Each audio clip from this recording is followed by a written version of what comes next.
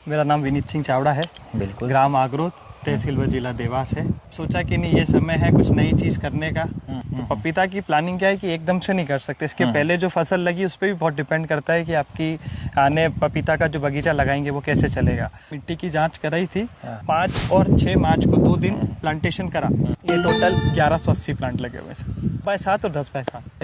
Red lady 786, उसके बाद फिर वीएनआर अमीना। इस पे वीएनआर अमीना के पौधे ज़्यादा हैं और रेड बेबी करके वेराइटी है इसी नो न्यू सीड की, वो भी हमारी लगी हुई। यार ये 3 महीने पहले से करके रखनी पड़ेगी कि आगे क्या होने वाला है। आपको उस वेदर की जानकारी भी होनी चाहिए। तो फाइलों ने एक तो उस चीज़ में मदद करी। सबसे पहला अलर्ट फाइलों ने मेरे को दिया था जब टेम्परेचर बढ़ा, तो रेड स्पाइडर माइट्स का 30 माइक्रोन डबल ड्रिप लाइन 16 में। इसमें क्रॉप कवर लगा है। बहुत बढ़िया कहूँगा क्योंकि मैंने इसमें पानी अभी तक दिन में बिल्कुल ना के बराबर चलाया।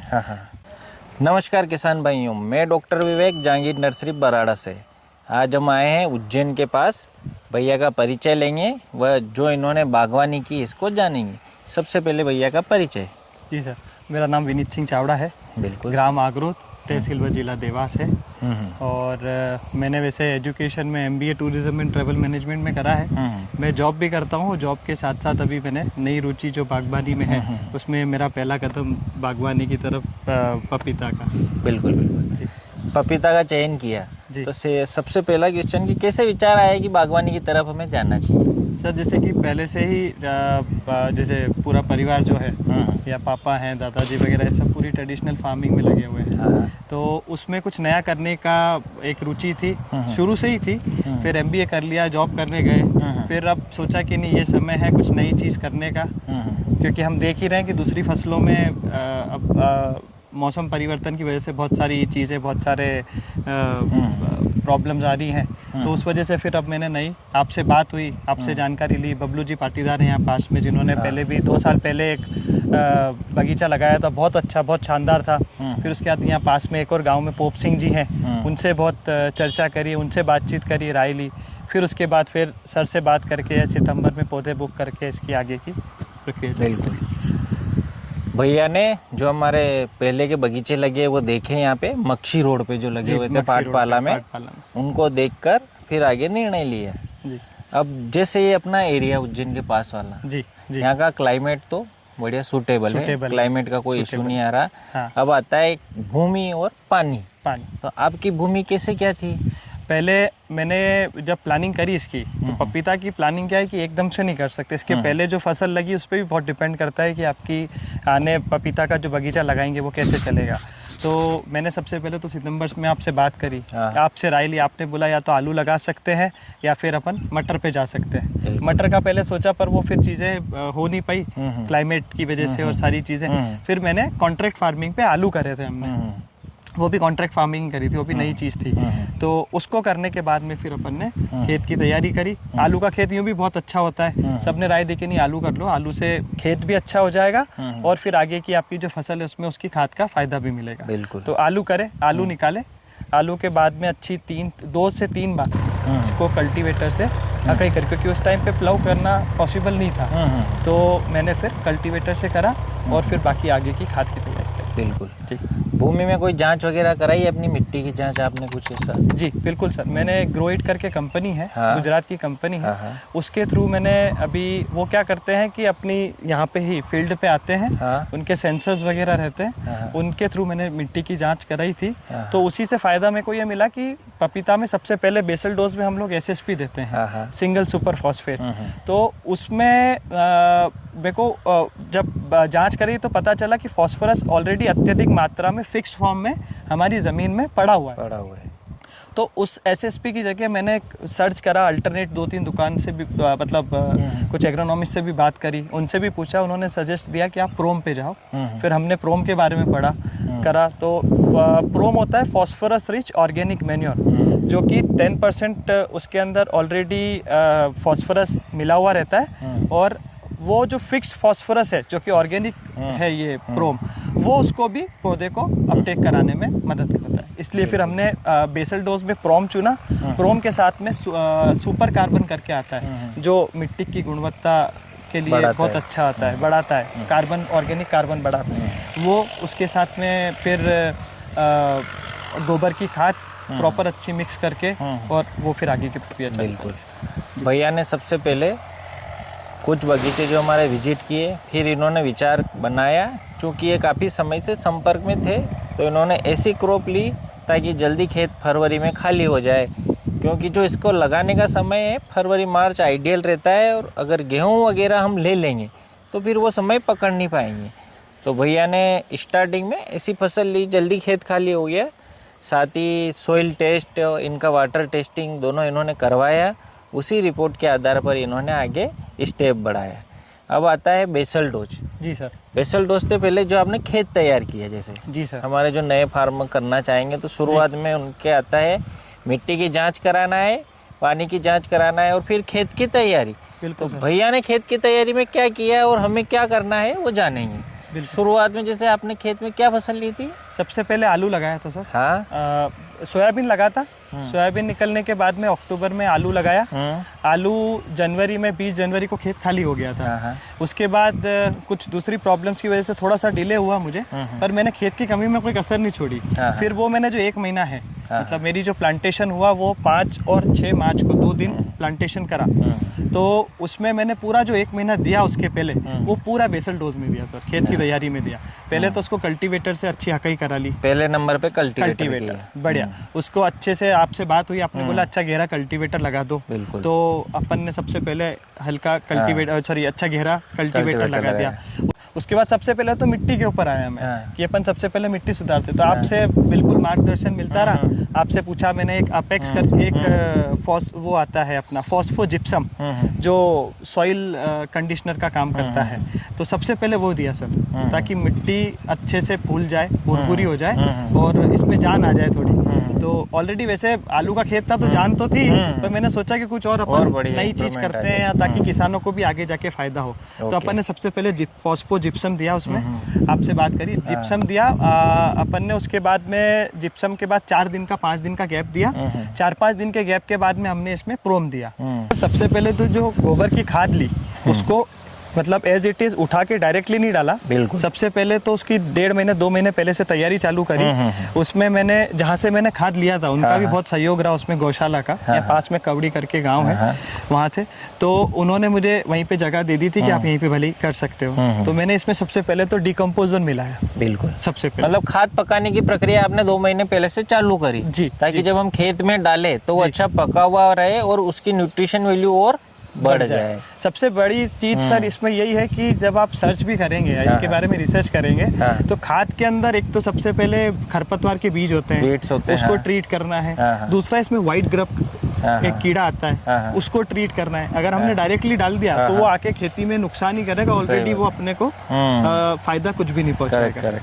तो इस चीज में सबसे बड़ा योगदान मैं मानूंगा, एक तो बबलू जी भी है और अपने पोप सिंह जी जिन्होंने पहले आपके यहाँ से बगीचा कर रखा है, उन्होंने भी मुझे बहुत अच्छा गाइडेंस दिया, बताया कि क्या करना है।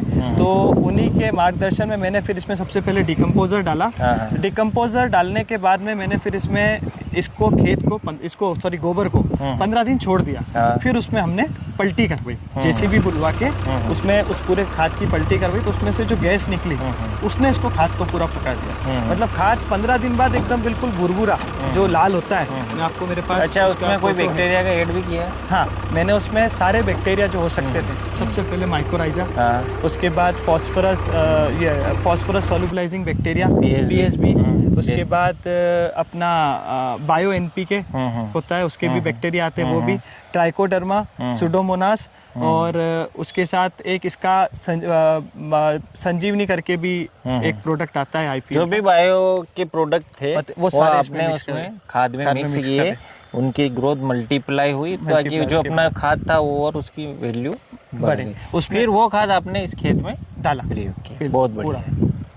तो किसान भाइयों, यहाँ एक मेन स्टेप आपको उठाना है। जो हम खाद प्रयोग कर रहे हैं वो अच्छा पका हुआ होना चाहिए। पका हुआ नहीं होगा तो वो उल्टा काम करेगा, खेत में दीमक की संख्या बढ़ाएगा और खरपतवार होंगे, उससे नुकसान होगा।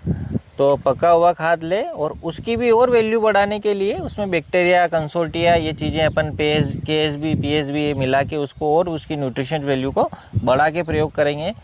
तो बाद में जो नुकसान होता है तना गलन, फंगस के कारण, तो वो चीज़ें हमें कम देखने को मिलेगी। जैसा कि भैया ने किया। अभी आपके इस बगीचे में कोई पौधा से तना गलन वगैरह कोई समस्या तो नहीं, है? अभी कुछ भी ऐसी समस्या नहीं है सर। हाँ। आपने कौन सा समय चयन किया लगाने? सर मेरा तो पहले अर्ली मतलब फरवरी के सेकेंड हाफ में लगाने के ही था, मतलब 15 फरवरी के बाद में, पर जो कि वो खाद की वजह से और दूसरी कुछ चीज़ों की वजह से डिले हुआ, तो मैंने 5 और 6 मार्च को इसका, मार्च के पहले सप्ते में लगाने। जी। अब कितनी दूरी पे लगाने का? सर सबसे पहले तो इसमें सबसे बड़ा महत्व ही दूरी का है। हाँ। पहले इसमें कुछ आप देखेंगे तो कुछ लाइनें वो एक तरीके से नेचुरली हो गई है, क्योंकि हमने जब ये बेड बनवाए तो एक मशीन से बनवाए थे और मल्चिंग भी मशीन से लगवाई थी। वो एक साथ सारा काम हो जाता है, बेड भी बन जाता है, मल्चिंग भी लग जाती है और इसमें ड्रिप भी लग जाती है। तो उन्होंने इसमें एक डंडा बांध दिया, तो उसकी वजह से क्या कुछ दूरी इसमें, मेरी तो मेन जो दूरी थी वो 9x7 इसकी फिक्स दूरी थी, पर कुछ जगह वो ट्रैक्टर की घूमने की वजह से इसमें दूरी 10x7 भी हो गई। तो वो दोनों है 9x7 और 10x7। कुछ अंतर देखने को मिल रहा है? हाँ सर, जो 10x7 वाले पौधे हैं वो सारे एकदम विदाउट कोई, ना उसमें कोई रोग है, कुछ भी नहीं है, मतलब उसमें कोई प्रॉब्लम भी नहीं है। हाँ। किसान भाइयों, दूरी हमें प्रचुर लेना है तो हमारी मिनिमम डिस्टेंस जो है 6x8, उससे आप ज़्यादा लीजिए। 6x9, 6x10, जैसे भैया ने 10x7 किया था। 10x7 तो दूरी ज़्यादा लेंगे तो हवा, पानी, प्रकाश प्रचुर मिलेगा, जो आने वाली बीमारियां कम होगी, तो वायरस वगैरह जो आते हैं फ्यूचर में उनसे हमें समस्या कम होगी। बहुत बढ़िया भैया, दूरी का लगाने का समय। अब वेराइटी सिलेक्शन, कौन सी वेराइटियों का सिलेक्शन? वेराइटी में सबसे बड़ा योगदान आपका, आपने सारी चीज़ें बताई समझाई, तो उसमें मैंने जैसे एक जो कि पुराने किसानों ने भी कर रखा है, जैसे मैंने बताया पास के गांव में पोप्स इंजीनियर ने करा था, तो उनके अनुभव को भी लिया कि यार अपने इधर कौन सी वैरायटी चलेगी। तो हमने इसमें तीनों फिर सोचा कि आगे अगर फ्यूचर के लिए इसको बढ़ाना है तो फिर आपसे राय ली करा, तो तीनों वैरायटी लगी हुई है इसमें अभी। रेड लेडी 786, उसके बाद फिर VNR अमीना, इसमें VNR अमीना के पौधे ज़्यादा हैं, और रेड बेबी करके वैरायटी है इसी नो न्यू सीड की, वो भी हमारी लगी हुई। किसान भाइयों, इस वर्ष 2026 में रेड लेडी का सीड पूरी मात्रा में अवेलेबल नहीं हुआ था, तो रेड बेबी भी हमने ट्राई किया जी। अब उसका रिजल्ट तो फ्यूचर में पता चलेगा। पहले बगीचे कम लगे थे, इस वर्ष बहुत ज़्यादा लगे हैं। बीज शॉर्टेज की वजह से रेड लेडी के किसानों को रेड बेबी पे जाना पड़ा। साथ ही मध्य प्रदेश में जो लोकल मार्केट के लिए VNR अमीना चलता है वो तो सदाबहार है ही है, तो वो तो भैया ने आपने लगाया ही है, उसका रकबा आपने ज़्यादा लिया। VNR अमीना का रकबा ज़्यादा है, और अभी तो काफ़ी लंबा समय है, अभी से हम ज़्यादा कुछ नहीं बोलेंगे। किसान भाइयों, पपीता की खेती एक अनिश्चितता से भरी रहती है, जिसमें क्लाइमेट और किसान द्वारा की गई मेहनत का मुख्य रोल रहता है। अभी जो आप बगीचा देख रहे हैं, इसकी कल क्या स्थिति होगी आज हम इस पे ज़्यादा चर्चा नहीं कर सकते। हो सकता है 100 में से 100 मार्क्स लाए, हो सकता है अंडर 10। जी बिल्कुल सही बात। अंडर 10 का तात्पर्य है कि हो सकता है स्ट्रेस में चला जाए, बारिश नहीं हो, फुल ड्रॉप हो जाए, या अति बारिश हो जाए, तो कुछ भी हो सकता है। वो तो फाइनल स्टेज अभी भैया 2-3 महीने और क्लाइमेट, एरिया, मानसून सभी चीज़ों के बाद में डिटरमाइन होगा। ओवरऑल भैया की तरफ से इसमें बगीचे में कोई कमी नहीं रखी है। इन्होंने शुरू से लेकर जो हमारा प्री शेड्यूल था वो अपनाया, उसके बाद जो शेड्यूल की दवाइयाँ थी उनका कैसे क्या पालन किया? शेड्यूल से सर, जो आपका जहांगीर नर्सरी बराड़ा नर्सरी का शेड्यूल था, उस हिसाब से मैंने स्टार्टिंग से ही आपसे राय लेके उसमें मैंने शेड्यूल से स्प्रे भी करा। उसके बाद जैसे जैसे आपसे बात होती गई, बीज क्योंकि नए थे, आपको बहुत डिस्टर्ब करा उस चीज़ में, तो आपने बताया कि नहीं हमको हर 15 दिन 20 दिन में हो सके तो एक बार नीम ऑयल का स्प्रे भी करना है। तो नीम ऑयल का स्प्रे करा, और जैसे फूल आने लगे उसके बाद आपने बताया था कि थोड़ा सा अपने को दवाई में ध्यान लगाना, ये जैविक तरीके से चलना है उस तरीके से, तो फिर उसमें नीम ऑयल का स्प्रे करा और सारी चीज़ें उस हिसाब से फिर आगे बढ़ी। भैया ने पूरा शेड्यूल का फॉलो किया, क्योंकि वाइट फ्लाई से लीफ कर्ल वायरस आएगा और एफिड थ्रिप्स से मोजेक वायरस आएगा, और वायरस एक बार स्प्रेड हो गया तो फिर वो हमारे हाथ में नहीं रहता है। उसको बचाने का तरीका है कि पौधों की इम्यूनिटी अच्छी रखे और पेस्ट का कंट्रोल रखें। पेस्ट कंट्रोल के लिए आपने कीटनाशक के स्प्रे के अलावा जैविक में क्या उपाय अपनाए? येलो स्टिकी ट्रैप्स, बहुत बढ़िया। हाँ, वो भी अपनाए। फिर जैविक में ही अपना नीम ऑयल का स्प्रे लगातार। नीम ऑयल का स्प्रे मैंने बगीचे में तो करा ही करा, उसके बाद मैंने आसपास, आपने बताया था कि सबसे बड़ी चीज होती है कि हम लोग बगीचे में तो स्प्रे कर देते हैं, लेकिन जो मेड़ होती है वो सबसे बड़ा मेड़ की जो खरपतवार, वो व्हाइट फ्लाई एफिड थ्रिप्स का खरपतवार का सोर्स है, उनका होम टाउन है जी। तो हम बगीचे का तो ध्यान लगाते हैं और उसको छोड़ देते हैं, तो वो वापस उनकी पॉपुलेशन वहाँ से वापस आ। भैया युवा व इनोवेटिव है, इन्होंने मॉडर्न तरीके से खेती की है, तो कुछ मॉडर्न यहाँ पे इंस्ट्रूमेंट भी लगाए हैं आपने, तो उसी के बारे में चर्चा करेंगे कि क्या नया किया है आपने यहाँ पे। यहाँ पे हमने एक फाइलो करके सिस्टम आता है सर, जिसके 2 सेंसर्स लगते हैं जमीन के, मिट्टी के अंदर। एक सेंसर लगता है जब स्टार्टिंग में पौधा प्लांटेशन करा, उसके बाद में 4 इंच पे लगता है, दूसरा 8 इंच पे लगेगा, और एक सॉइल टेम्परेचर, जो सॉइल का टेम्परेचर बताएगा, वो वाला सेंसर लगेगा। तो उस सिस्टम ने हमको पानी किस तरीके से, कितनी अवधि में देना है, कितना देना है, कितना मॉइस्चर मेंटेन करके रखना है, उस हिसाब से वो बहुत फायदेमंद रहा हमारे इसमें स्टार्टिंग में, क्योंकि जो कि हम नए थे। और उसका लगाने का भी यही मकसद था कि हमें पानी इसमें, जैसे मैंने आपको पहले भी बताया कि पानी नहीं चाहिए पपीता को। ओवर वाटरिंग तो इसको बिल्कुल पसंद नहीं, तो तना गलन, रूट रॉट वाली सारी प्रॉब्लम्स आएगी। तो मॉइस्चर मेंटेन करने के लिए हमने ये फाइलो वाला सिस्टम लगाया, जो हमको टाइम टू टाइम, जैसे केपीए के ऊपर चलता है। स्टार्टिंग में उन्होंने 15 दिन तो बताया कि नहीं, आप जमीन के हिसाब से चलाओ। 15 दिन के बाद में जब वो पूरा सेट हो गया, इसने सारा डाटा, जमीन का डाटा सारा सब कुछ ले लिया, उसके बाद फिर हमने इसके हिसाब से 20 केपीए पे आया, उस दिन पानी चला दिया। तो 20 केपीए पे आने में इसको 1 दिन का समय लगता है, मतलब आज पानी दिया, कल का दिन पूरा खाली, परसों के दिन जीरो हो जाएगा, जीरो हो जाएगा। फाइलो ने पेस्ट में क्या अपने को अलर्ट किया है क्या? एग्जैक्टली, सबसे पहला अलर्ट फाइलो ने मेरे को दिया था जब टेम्परेचर बढ़ा, तो रेड स्पाइडर माइट्स का आपसे बात हुई तो अबासिन का स्प्रे करा, बिल्कुल। और उसके 15-20 दिन बाद फिर अलर्ट दिया, फिर वापस उसको 20-25 दिन बाद रिपीट। इसमें मैंने कोई ओवेरॉन या कोई भी ऐसी हाईली मतलब कॉन्सेंट्रेटेड हाई डोज वाली दवाई नहीं ली, आपसे चर्चा होती रही, तो मैंने इसमें अबासिन का स्प्रे करा। बहुत बढ़िया। हाँ, ये रेड स्पाइडर माइट्स के लिए ऑर्गेनिक में नीम ऑयल आप कंटिन्यू कर रहे थे, और भी कंट्रोल नहीं हुआ तो बस इनकी तरफ गए। जी जी जी, बढ़िया।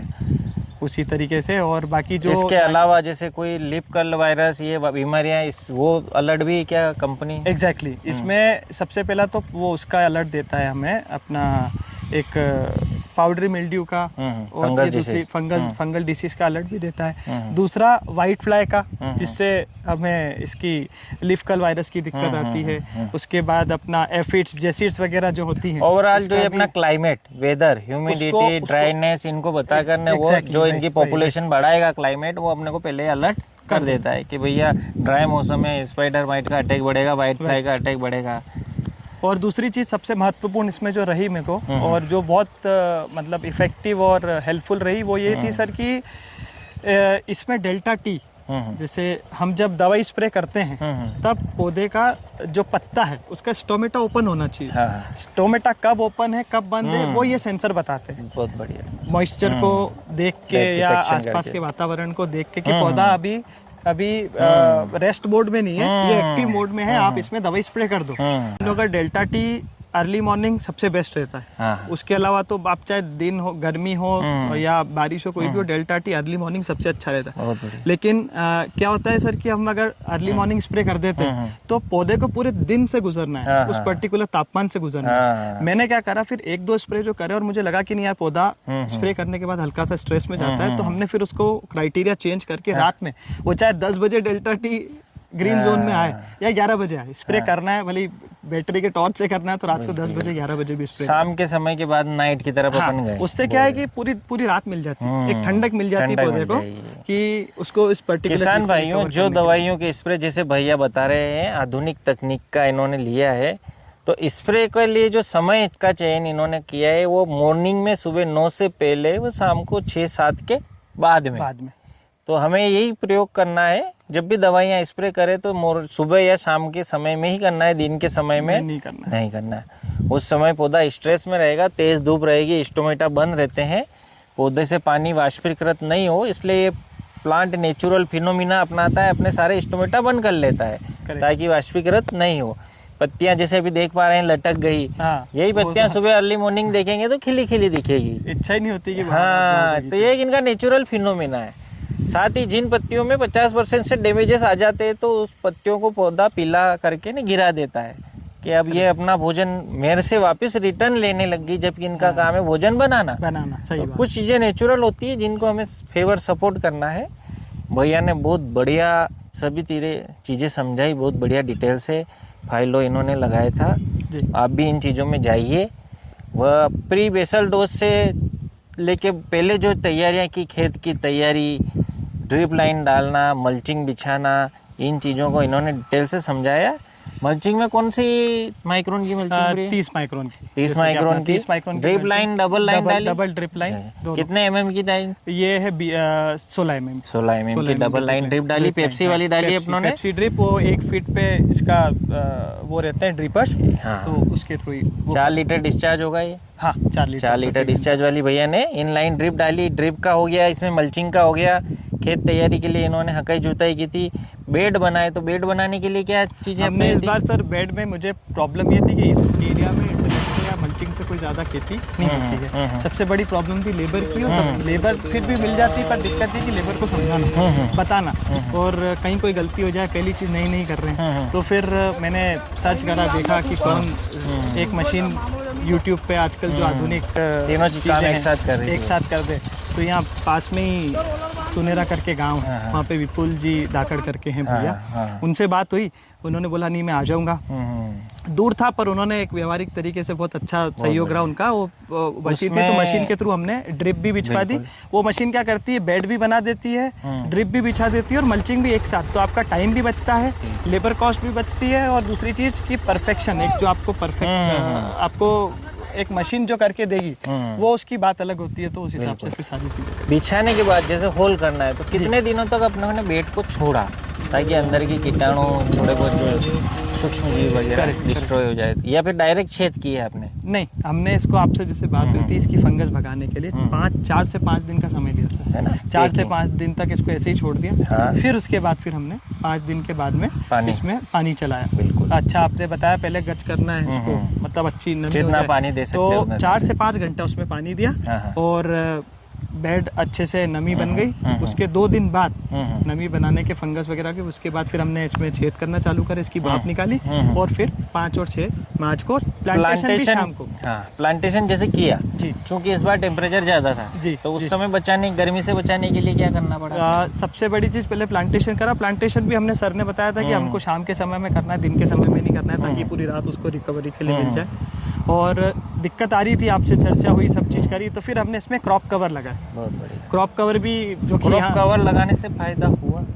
हाँ, क्रॉप कवर लगाने से 100%। मैं तो ये बोलता हूँ सर कि अगर आप मार्च में, आप जो कि टेम्परेचर ऑलरेडी मार्च में इतना बढ़ जाता है, फरवरी आप 25 तक लगा रहे हो तो ठीक है, अगर 25 के बाद में लगा रहे हो तो बहुत इंपॉर्टेंट है कि आप स्टार्टिंग में, मैंने तो फिर भी देर कर दी थी 15 दिन, मतलब उस चीज़ को लगाने में, पर दूसरे किसानों को मैं यही मतलब सजेशन, टेम्परेचर अगर ज़्यादा जल्दी बढ़ रहा है तो क्रॉप कवर के साथ ही जाना है। हाँ, आप एनालाइज कर लो, एक एक्यूवेदर करके ऐप आती है, उसको अगर आप चाहे डाउनलोड नहीं कर सकते तो आप उसका वेबसाइट पे जाओ, वो आपको 15-20 दिन, 1 महीने का टेम्परेचर बता देगा। उसके अकॉर्डिंग आप अपना प्लांटेशन प्लान करके रखो, और प्लांटेशन के अल्टरनेट जो प्रॉब्लम आने वाली प्रॉब्लम्स हैं, उसको भी, इसका भी सॉल्यूशन करके रखें जी।